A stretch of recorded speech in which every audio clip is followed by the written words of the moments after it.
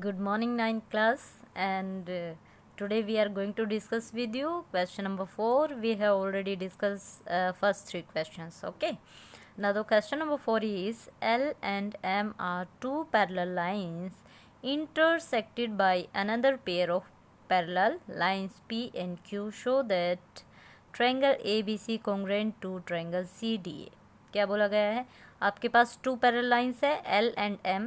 इन दोनों parallel lines को to another parallel lines क्या कर रही हैं? इंटरसेक्ट कर रही है. कहाँ पे? A, B, C and D, है ना. इन 4 पॉइंट्स पे कट करी है एक दूसरे को. आपको फाइंड आउट क्या करना है? ABC. ABC means this triangle congruent to CDA means this one. आपको ये टू ट्राइंगल्स क्या करनी है? कॉन्ग्रुएंट प्रूव करनी है. तो इसके लिए हम क्या करेंगे भाई? अब देखो पैरेलल लाइंस है, पैरेलल वर्ड दिया है तो कुछ ना कुछ ही पैरेलल जो वर्ड है इसका कुछ ना कुछ मीनिंग तो होगा, है ना. हिंट है हमारे लिए. और जहाँ पे पैरेलल लाइंस आ जाती है वहाँ पे वर्टिकली अपोजिट, ऑल्टरनेट, है ना, इस तरह के एंगल्स हमारे कोरस्पॉन्डिंग एंगल्स दिमाग में घूम जाने चाहिए. तो यहाँ पे आपको देखो टू ट्राइंगल्स की बात हो रही है तो कि ये एंगल इस एंगल के इक्वल नहीं हो जाएगा. ऑल्टरनेट सेम आपका ये angle this angle equal to this. Why? Again alternate angle, क्योंकि पैरेलल लाइन से इंटरसेक्ट कर रही हैं.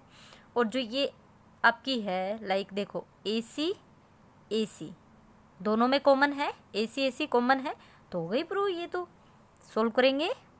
क्या आ जाएगा भाई? सबसे पहले in triangle ABC and triangle CDA सबसे पहले क्या लिखेंगे भाई? Angle DAC is equal to angle BCA. DAC this angle equal to BCA this angle. Okay, क्या लिखेंगे? Alternate interior angles. Okay, next one क्या हो जाएगा भाई? Angle BAC is equal to angle DCA. Again why? Alternate interior angle, है ना. बार बार right नहीं कर रही हूँ. सेम आपको मतलब तो पता है इनका मतलब क्या होता है. सेम वही वर्ड रिपीट हो रहे हैं. नेक्स्ट क्या हो जाएगा भाई? AC is equal to AC that is common. Okay, तो हमारे पास क्या आ गया? By criteria angle angle side, और you can write angle side angle. Angle side angle क्या हो जाएगा? Triangle ABC congruent to triangle CDA. बस इतना ही प्रूव करना था और कुछ आपसे पूछा ही नहीं गया तो आप कुछ बताएंगे नहीं. ओके, यहाँ पे आपका क्वेश्चन नंबर 4 कंप्लीट होता है. Now come to the question number 5. Question number 5. Line L means this line is the bisector of an angle A. bisector of angle A, ये आपका एंगल है, इसको बाइसेक्ट करिए लाइन, ठीक है. And B is any point on L. B कोई point है आपका किस पे? जो लाइन L है इस लाइन पे B आपका कोई पॉइंट है. Okay, BP and BQ, BP and BQ are the perpendiculars from B to the arms of angle A. जो आपका एंगल है इसके आर्म्स है. वन आर्म ये है, सेकेंड आर्म ये है ना. ये टू आर्म्स हैं यहाँ पे. अब उन्होंने क्या कहा है? इन टू आर्म्स पे जो ये आपका पॉइंट B है इससे क्या डल रहा है? परपेंडिकुलर. यहाँ से BQ और यहाँ से BP. Okay, now you have to find show that APB congruent to AQB. AQB में आपको इन टू ट्राइंगल्स को क्या करना है? कॉन्ग्रुएंट प्रूव करना है. Very easy question. तो क्या करेंगे भाई? स्टार्ट करते हैं. सबसे पहले क्या हो जाएगा भाई? जो आपको प्रूव करना लेके चलते in triangle APB and triangle AQB. क्या हो जाएगा भाई? आपको गिवन क्या है सबसे पहले, है ना. यहाँ पे 90 परपेंडिकुलर है तो 90 डिग्री के एंगल होंगे. तो क्या लिखेंगे? Angle AQB is equal to angle APB that is equal to 90 degree. Both angles are 90 degree. Okay, next क्या हो जाएगा भाई, angle QAB is equal to angle PAB, this angle equal to this, why, क्योंकि ये angle क्या है, bisector है भाई, बताया था L बाइसेक्ट एंगल A, बताया उन्होंने अपने यहाँ पे क्वेश्चन में कि जो L है वो क्या करी है, L is the bisector of angle A, है ना, खुद ही बताया। ठीक है भाई, अब आगे क्या करेंगे। अब देखो, अगर मैं ABQ लेती हूँ और ABP लेती हूँ तो AB क्या है, कॉमन है दोनों में, AB is equal to AB, क्या हो गया, कॉमन।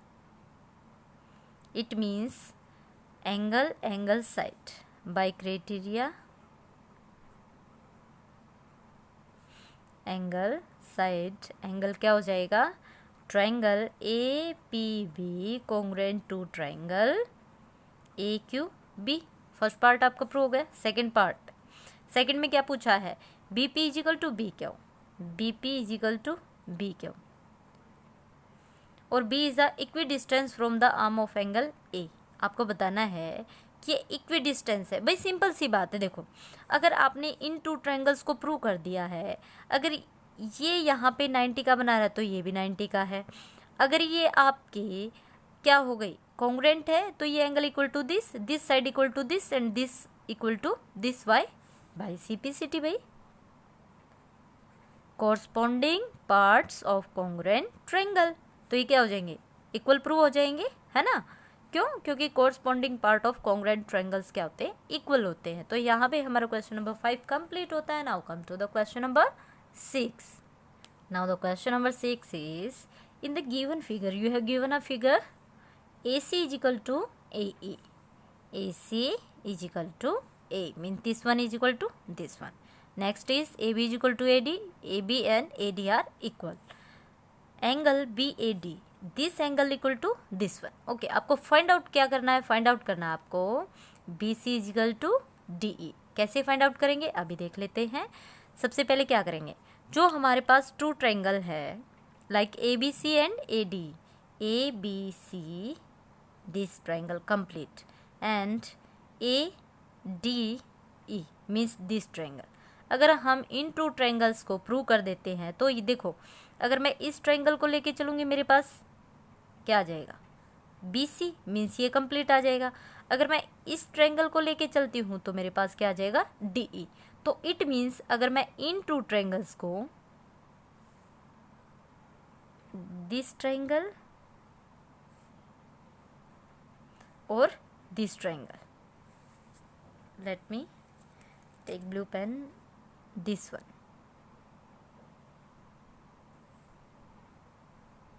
है ना। अगर मैं इन टू ट्रायंगल्स को क्या प्रूव कर देती हूँ, कॉन्ग्रुएंट, तो आपकी साइड्स भी क्या हो जाएंगी, इक्वल हो जाएंगी। तो इसके लिए हमें क्या करना पड़ेगा, अब देखिए यहाँ पे आपको टू एंगल्स इक्वल दिए हैं और जो ये पार्ट है ना, ये एंगल आपको दिख रहा होगा छोटा सा, ये एंगल क्या है, दोनों के बीच में कड़ी का काम करता है। अगर मैं दोनों एंगल्स में ऐड कर देती हूँ तो क्या ये मेरे पास कंप्लीट ट्रायंगल का एंगल नहीं बन जाएगा।